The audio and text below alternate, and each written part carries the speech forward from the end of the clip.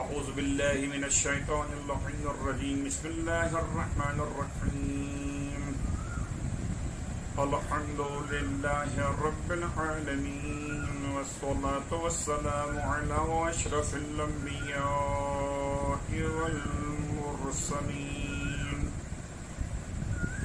سیدنا ابی القاسم محمد وقالوا أهل بيته الطيبين الطاهرين واللعنة الدائمة ولا قضائهم أجمعين. تمام تعریفیں خدائے بزرگ و برتر کے لیے اور تمام ہدیے درود و سلام نزوات مقدسات کے لیے جو باعث خلقت کائنات بھی اور اشرف موجودات بھی. ویسے تو ماہ مبارکہ رمضان کے تمام تر اعمال چاہے وہ مشترکہ ہوں یا مختص اعمال، اہل ایمان نے اپنے اپنے طور پر برنامہ تیار کر لیا ہوگا، اس پہ عمل کر رہے ہوں. میری خدا سے یہی دعا کہ پروردگار عالم ہم سب کو ماہ مبارکہ رمضان کے اعمال کو بجا لانے کی توفیق عطا فرمائے. یقیناً جیسے روزے میں دن کی اہمیت، ویسے ماہ مبارکہ رمضان میں رات کی اہمیت. رات کے پہلے حصے کو سحر کہا جاتا ہے اور آخری حصے کو سحر کہا جاتا ہے. ابتدائی شب اور آخر شب، اور اس میں کوئی شک نہیں کہ آخر شب میں پروردگار عالم نے ایک موقع مجھے اور آپ کو عطا کیا کہ سال کے 11 مہینے بیدار رہتے ہو کہ نہ رہتے ہو، لیکن کیا احسان کیا سرکار ختمی مرتبہ صلی اللہ علیہ وآلہ وسلم نے کہ اپنی سنت قرار دے کر سحری کے لیے تمام تر امت کو بیدار کرنے کا انتظام کر دیا. یہاں تک جملے ارشاد فرما دیے کہ ولو ایک گھونٹ پانی پی لیجیے. اصلاً شاید چاہتے یہ ہیں معصومین کہ بیدار رہا جائے اور سحری بھی کر لی جائے. سحری میں انسان ماہ مبارک رمضان میں برنامہ ریزی کرتا ہے کہ کیا کھانے پکنے ہیں اور کون کون سے کھانے تیار کرنے ہیں. کبھی ایسے کھانے جو جلدی بن جاتے ہوں، کبھی ایسے کھانے کہ جن میں ٹائم لگتا ہو، محنت لگتی. آئیے آج آپ کی خدمت میں سحر کے اعتبار سے دعاؤں کا خلاصہ پیش کرنا چاہوں گا. ماہ مبارک رمضان کے سحر کے اعمال میں سب سے اہم ترین دعائے ابو حمزہ صومالی یعنی امام سجاد علیہ السلام کی عظیم الشان دعا، جس میں آپ نے انسانیت کو عبادت کی معراج عطا فرما دی. اس دعا سے صرف 2 جملے آپ کی خدمت میں، اور یہ خاص دل کا مسئلہ ہے. فرماتے ہیں مولا اس دعا کے اندر صلی علی محمد وآل محمد وَأَخْرِجْ حُبَّ الدُّنْيَا مِنْ قَلْبِ. اے خدا درود نازل فرما محمد اور آل محمد پر اور میرے دل سے دنیا کی محبت کو نکال دے. دنیا کو نہیں، دنیا کی محبت کو نکال دے. اور اگر دنیا کی محبت نکل جائے گی تو کیا دل میں رہے گا؟ وَجْمَعْ بَيْنِي وَبَيْنَ الْمُصْطَفَى وَآلِهِ عَلَيْهِمُ الصَّلَاةُ وَالسَّلَامُ. اور میرے دل میں جمع کر دے رسول خدا اور آپ کی آل طاہرہ کی محبت. تو سحر کے وقت میں دل کا پہلا مسئلہ، پہلی دعا. دوسری دعا دعائے البہا کے نام سے، کہ اسی کو دعائے مباہلہ کے نام سے بھی یاد کیا گیا 25 ذی الحج کے اعمال کے طور پر. کہیں کہیں الفاظ میں اختلاف بھی. اللہم انی اسألک بما تجیبنی بہی حین اسألک فاجبنی یا اللہ وفعل بی کذا و کذا. آخری جملے دعائے بہا کے. اے پروردگار میں تجھ سے سوال کرتا ہوں بما تجیبنی، ان تمام تر وسائل کے ساتھ کہ جن کے لیے تو جواب دیتا ہے جب میں تجھ سے سوال کرتا ہوں. بس پروردگار میں انہی کا نام لے کر انہی کا وسیلہ بنا کے مانگ رہا ہوں. فاجبنی، مجھے جواب دے یا اللہ، اور پورا کر دے میری خواہشات کو، میری دعاؤں کو. تیسری دعائے یا عدتی کے نام سے، اور اس میں ایک جملہ آپ کی خدمت. وَأَثْبِتْ رَجَاءَكَ فِي قَلْبِي وَقْتَ رَجَائِي عَمَّنْ سِوَاكَ، اے پروردگار میرے لیے ثابت کر دے امید کو. اثبت رجاءک فی قلبی، اپنی امید کو میرے دل میں مضبوط کر دے، دل میں مایوسی آنے نہ پائے. وقت رجائی امن سواک، اور اپنے سوا تمام سے میری امیدوں کو منقطع کر دے.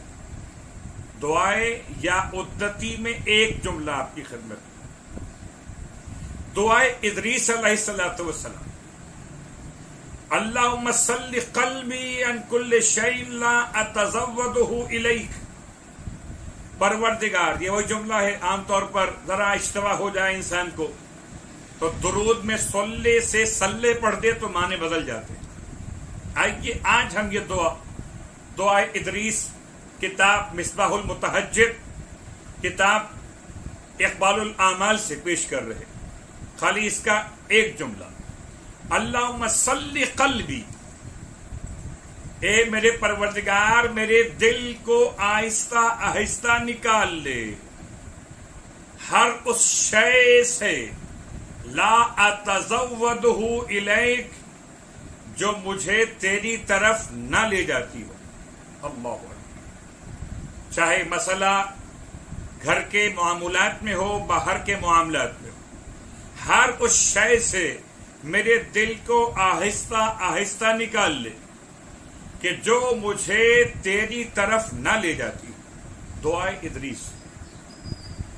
اس کے بعد دعائے یا مفزعی، اس سے بھی آپ کی خدمت میں دو جملے.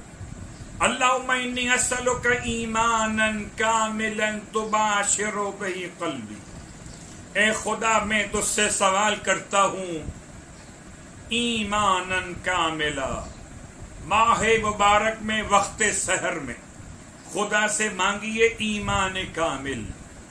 ایمان کامل کی پہچان تباشر بہ قلبی، ایسا ایمان کامل جو دل سے ملا ہوا ہو. ہارٹ ٹچنگ کا عنوان تو آپ کے علم میں، دل سے ملا ہوا، جو دل کو متاثر کر دے، جو دل پر اپنا قبضہ قائم کر لے.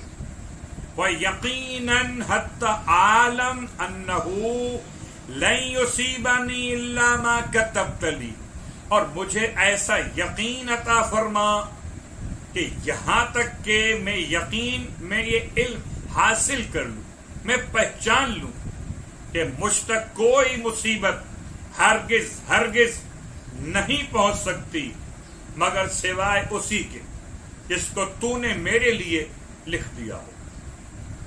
سحر کی دعاؤں میں سے ایک اور دعا، اس کا نام ہے دعائے تسبیحات سحر.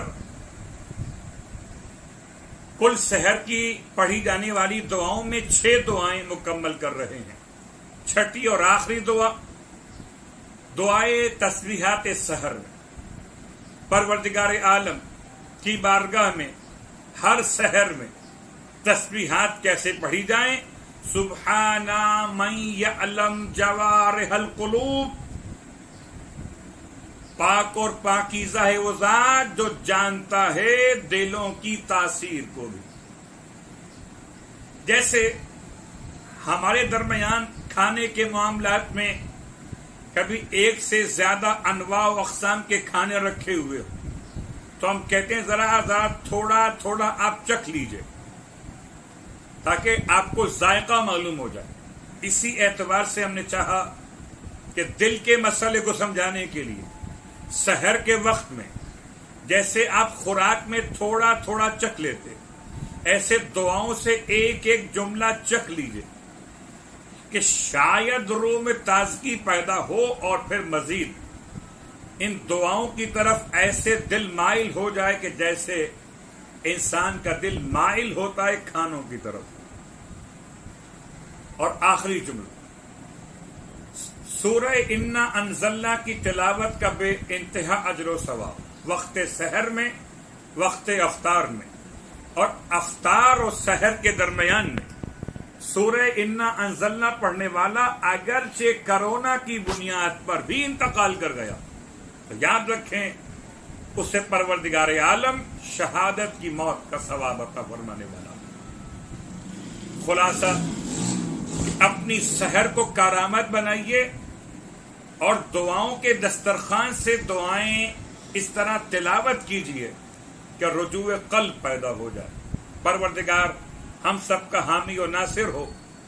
اور قبولیت کے لیے بس ایک جملہ کہ بہرحال اس میں کوئی شک نہیں کہ جب کبھی دعاؤں کے مسئلے میں دل کی بات کیجیے گا تو اکبر کے زخم جگر کو یاد کر لیجیے گا۔ واہ قربتا، برچھی اکبر کے سینے پہ لگی تھی اور میرا مولا کربلا کا غریب زہرا مسافر حسین اپنے جوان کی لاش کو اٹھانا چاہتے تھے۔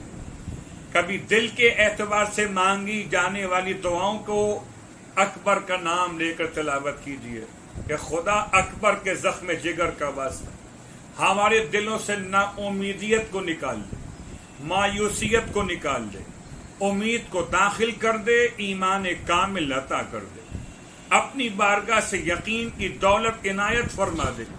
پروردگار ہم سب کو امام زمانہ علیہ الصلوۃ والسلام کے اطاعت گزاروں میں شامل فرما۔ الحمدللہ رب العالمین۔